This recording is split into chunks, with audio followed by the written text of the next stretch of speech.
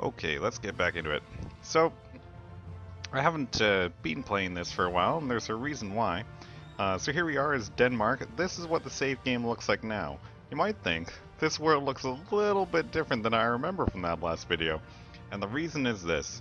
Art of War came out, and so it's actually a very, very, very big change. A huge DLC to this game. And the world is completely different, and I think it's actually kind of a lot cooler the way it is now. But that said, I'm not so sure that that this country is going to work anymore. This saved game is going to work anymore. And even if it did, I don't know if I really want to play it, because the world is a lot less interesting than it is. Well, the world is a lot more interesting now than it used to be. So you see all these new provinces. That's what all these great parts are. They're provinces that weren't here before. So they really expanded the game a whole lot and added a whole bunch of countries. So while we were expanding as Denmark and doing some pretty awesome things, so it wasn't going to be long when we get the British Isles and maybe go after Brittany or something, or find a reason to kill Portugal. I don't know. I think there was going to be some interesting things going on, and certainly Russia was in our targets for a while as well. There were certainly some interesting things going on.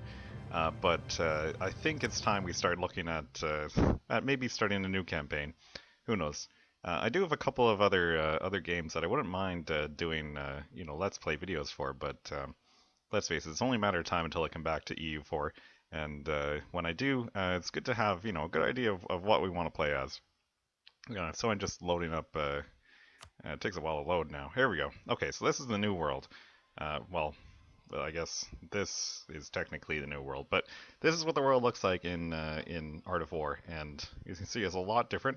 Well, Europe's mainly the same. Castile got a bunch of new provinces. They're a lot different than they used to be, like La Mancha. That didn't exist before. Um, and you get to see all these things about what countries are like at the start of the game, which is kind of cool. You can click on them and see what their base tax and stuff is.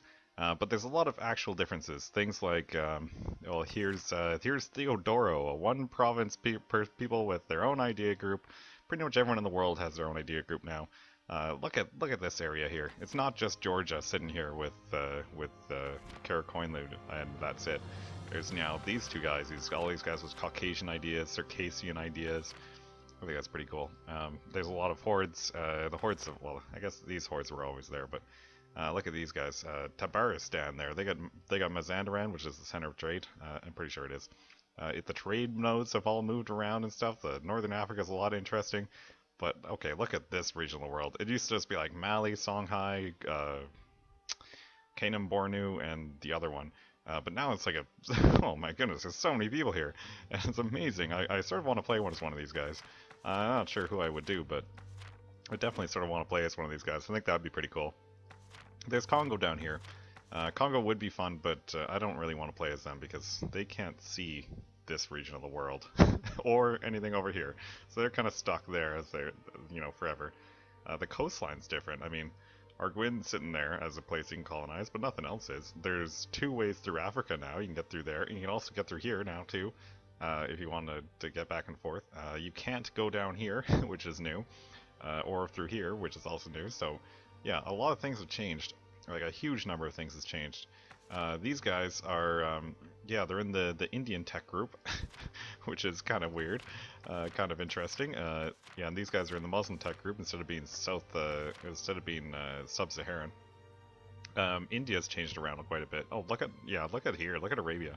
This is now wasteland, and these guys are free. And Najd, I think would be a pretty cool people to play as, pretty cool nation to do. Yeah, India's largely the same, only there's a lot more little dudes.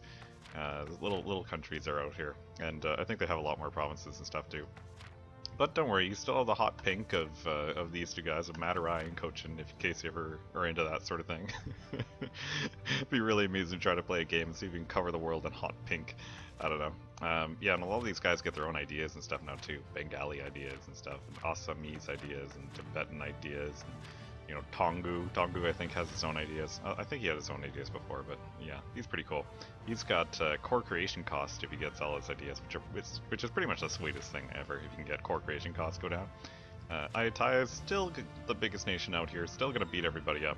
And he still has Oh, he doesn't have Khmer as a vassal anymore, which I think he did have beforehand. Yeah, so these now is no longer an Aceh, which is, you know, completely owning all of, I guess, what's this island called? Jakarta? Yeah, and this part's colonizable instead of what it used to be, and then Java's now broken up into Sunda and Mahapajit, and Brunei's broken up, and oh man, there's just so much stuff going on here. So much stuff, and look at Manchu, look at Manchu.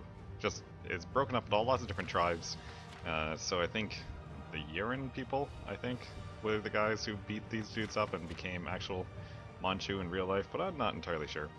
Ainu is out, which is kind of cool. There's a bunch of new Siberian little nations, and they can migrate around, and they get points and stuff every time they do, which is kind of cool.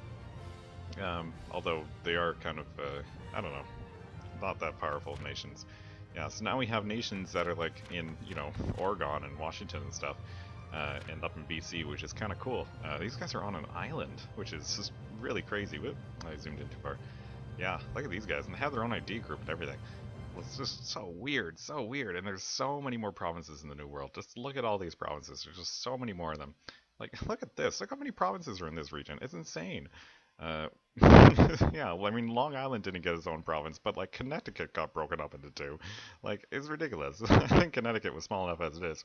One of my favorite differences, though, Aztec got their own idea group because I think Aztecs would be really cool people to play as. And secondly, I guess they realized that in 1444 wasn't exactly what the world was looking at when the Europeans first showed up in 1496 or whatever, and that the Aztecs hadn't conquered all this stuff yet. They were about to. I mean, they're pretty close to doing, you know, their crazy thing where they conquer everybody, but that hadn't happened yet. And the Maya is gone. Although I guess these guys are supposed to represent, you know, the remnants of the Mayan Empire.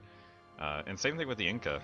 The Inca, I think, are Cusco here, and that's the actual Inca. And the rest of these guys are just people that the Inca will later eat and become part of their empire. There's a lot of like little nations. There's little nations in in Brazil and stuff, and you know these guys can migrate about, and they even have like their own ideas. This is like a one province miner with no one around him, but he's got his own idea group, which I think is like the coolest thing. Anyway, so yeah, the world is completely different now. Lots more interesting things going on. A lot of interesting things in game, which I'm sure we'll see if we ever pick somebody to play as. But yeah, so I mean, I might do a few Let's Play videos of other games. I'm working on a Kerbal Space Program rocket. It keeps blowing up on me, unfortunately, so that's why that hasn't been made recently. But as soon as I can get not to explode, then yeah, I think that might be a thing we'll do. But I'm definitely going to come back to this game before too long, because there's a lot of interesting things I want to see. And I'm sure you guys do too. Oh, look at these guys. Yarkon, they're new. And Jagatai is no longer some giant thing, even though they still all get eaten by Orad at some point. Anyway, well, I'm sure they will. Yeah, I've only played it a little bit. I don't know if it always happens or not, but yeah, the one time I did play it, Orvat ate everybody. Yeah, so yeah, there's a lot of things out there in the future that it could be very interesting. And like, look at these guys, Karaman. Look at Karaman. Like, he's oh my goodness, he's actually like possibly survivable as Karaman. And Genoa's got some new provinces. Yeah, this is crazy. Anyway, so yeah, if you guys have strong opinions about what you'd like to see played next and what sort of nations you're interested in, then let me know and post comments underneath the videos and stuff, and I'll read them. But until then, I think our days as Denmark might be coming to a close just because there's so many new things out here to do. And while Denmark is pretty cool and all, I think it's time to move on. So take care, everybody.